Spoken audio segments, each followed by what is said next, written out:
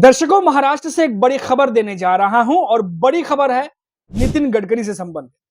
नितिन गडकरी ने एक बड़ा बयान दिया है और कहा है कि मेरे खिलाफ पैसे देकर अभियान चलाया गया। अब नितिन गडकरी के खिलाफ अभियान चलाने के लिए कौन पैसे दे सकता है? और नितिन गडकरी ने अगर ये बयान दिया है तो उनका ये आरोप किसकी तरफ इशारा है? ये आरोप किसकी तरफ है? कौन नितिन गडकरी को बदनाम करना चाहता है? कौन नितिन गडकरी के खिलाफ पैसे देकर अभियान चला रहा है? अब दोस्तों, इस बयान के बाद खलबली मचनी शुरू हो गई है, क्योंकि कुछ दिनों पहले ही खबर आई थी जो इथेनॉल मिश्रण को लेकर के जो बवाल मचा था, उसको लेकर के अब नितिन गडकरी का एक बड़ा बयान सामने आया है। साथ ही साथ मन में दबी कुछ बातें भी उनकी बाहर निकली हैं। पूरी खबर डिटेल से बताऊंगा इस खबर में कि नितिन गडकरी ने आखिर कहा क्या है। नमस्कार दर्शकों, मेरा नाम है मनीष कुमार सिंह और आप देख रहे हैं 4PM महाराष्ट्र। दोस्तों, कुछ दिनों पहले आपने देखा था कि इथेनॉल जो है उसके मिश्रण को लेकर बहुत ज्यादा खबरें छपी थी। अब इसी पर आपको नई अपडेट देने जा रहा हूं दोस्तों। देश में इन दिनों E20 मिश्रण, जिसे इथेनॉल कहते हैं, पेट्रोल पर एक नई बहस छिड़ी है। हाल के दिनों में सोशल मीडिया पर इससे जुड़े कई ट्रेंड वायरल हुए। इसी बीच केंद्रीय सड़क परिवहन एवं राजमार्ग मंत्री नितिन गडकरी की एक अहम टिप्पणी सामने आई है। दरअसल एक कार्यक्रम के दौरान E20 मिश्रण पेट्रोल से जुड़े सवालों का जवाब देते हुए केंद्रीय मंत्री नितिन गडकरी ने कहा कि मुझे राजनीतिक रूप से निशाना बनाने के लिए सोशल मीडिया पर सशुल्क यानी पेड अभियान चलाया गया। दोस्तों, एक बड़ी खबर है, ये बड़ी बात है। नितिन गडकरी कह रहे हैं सशुल्क अभियान चलाया गया, पैसे देकर अभियान चलाया गया। अब ये कौन कर सकता है? किसकी तरफ से ये कराया गया? क्यों नितिन गडकरी के खिलाफ अगर ये अभियान चला तो चलाया गया? या फिर नितिन गडकरी जो है ये बात इसीलिए कह रहे हैं क्योंकि ये वो खबर बाहर आ गई? अब इसमें कई पेच है दोस्तों। बता दें कि केंद्रीय मंत्री Nitin Gadkari society of automobile manufacturers के एक वार्षिक सम्मेलन में सवालों के जवाब दे रहे थे। इसी दौरान उनसे पेट्रोल में इथेनॉल के मिश्रण से जुड़ी चिंताओं के बारे में पूछा गया, क्योंकि हाल ही में तमाम लोगों ने, तमाम जानकारों ने अपनी अपनी जो एक तरीके से कह सकते हैं चिंता जो है वो व्यक्त की थी। पिछले कुछ 10 दिनों से कुछ ज्यादा ही बातें चल रही हैं। अब नितिन गडकरी ने इस पर बयान देते हुए कहा, जवाब देते हुए कहा कि ऑटोमोबाइल निर्माता और automotive research association of India यानी ARAI जैसी संस्थाओं ने पेट्रोल में इथेनॉल के मिश्रण पर अपने निष्कर्ष साझा किए। उन्होंने कहा कि जिस तरीके से आपका उद्योग काम करता है उसी तरीके से राजनीति भी काम करती है। नितिन गडकरी ने कहा कि सोशल मीडिया पर चला अभियान पेड अभियान था, सशुल्क अभियान था। वो अभियान केवल मुझे राजनीतिक रूप से निशाना बनाने के लिए था। इसमें कोई तथ्य नहीं है, सब कुछ स्पष्ट है। नितिन गडकरी ने कहा कि आयात का विकल्प लागत प्रभावी, प्रदूषण मुक्त और स्वदेशी है। ये बात पहले भी नितिन गडकरी कहते रहे। केंद्रीय मंत्री ने इस कार्यक्रम में कहा कि भारत जीवाश्म ईंधन के आयात पर भारी रकम खर्च करता है। इसके साथ ही उन्होंने पूछा कि क्या जीवाश्म ईंधन के आयात को कम कर पाए, क्या बचा पाए धन?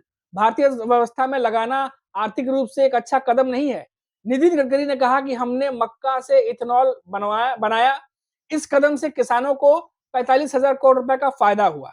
वहीं इस कार्यक्रम में प्रदूषण के जरिए इथेनॉल यानी E20 मुद्दे पर बोलते हुए केंद्रीय मंत्री ने कहा कि दुनिया इस बात पर सहमत है कि प्रदूषण कम करना जरूरी है। एक रिपोर्ट में पाया गया है कि अगर प्रदूषण का यही स्तर जारी रहा तो दिल्ली के निवासियों की जिंदगी 10 साल कम हो जाएगी। अब ये वाद विवाद, तर्क वितर्क जो है वो चल रहे थे और जो तर्क वितर्क में नितिन गडकरी ने सारी बातें कही है वो मैंने आपको बता दी।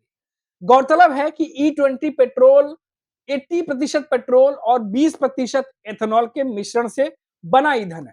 ध्यान देने योग्य है कि केंद्र सरकार इस बात पर जोर देती आई है अभी तक कि E20 मिश्रण कार्बन उत्सर्जन और जीवाश्म ईंधन के आयात को कम करने के लिए क्रांतिकारी बदलाव है।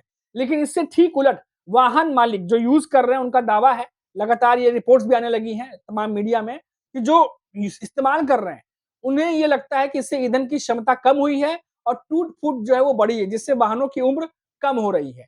ये बातें भी सामने आ रही है। लेकिन नितिन गडकरी के अपने तर्क है, केंद्र सरकार के अपने तर्क हैं। लेकिन जो पेट्रोल डीजल की कम होने की बात कही जा रही थी वो तो कहीं से भी कम होता दिखाई नहीं दे रहा। और जहां तक किसानों की हेल्प की बात है तो आपको बता दें दोस्तों कि हाल ही में एक रिपोर्ट आई थी, जिस रिपोर्ट में बताया गया था कि नितिन गडकरी के जो बेटे हैं उनकी जो कंपनियां हैं, कांग्रेस ने प्रेस कॉन्फ्रेंस किया था, पवन खेड़ा ने प्रेस कॉन्फ्रेंस किया था और बताया था कि उनके जो बेटे हैं कैसे उनकी 1 से 1.5 साल में जो कंपनी है वो 5 से 6 गुना प्रॉफिट में चली गई है। और साथ ही साथ जो साथी कंपनियाँ हैं जो इथेनॉल बना रही हैं, वो जो है किस तरीके से शेयर मार्केट में दिन प्रतिदिन उनके दाम बढ़ते जा रहे हैं। जो कंपनी है उनकी वैल्यू जो है मार्केट में किस किस तरीके से बढ़ती जा रही है, दुगुना तिगुना नहीं बल्कि 8 गुना 7 गुना तेजी से बढ़ रही है।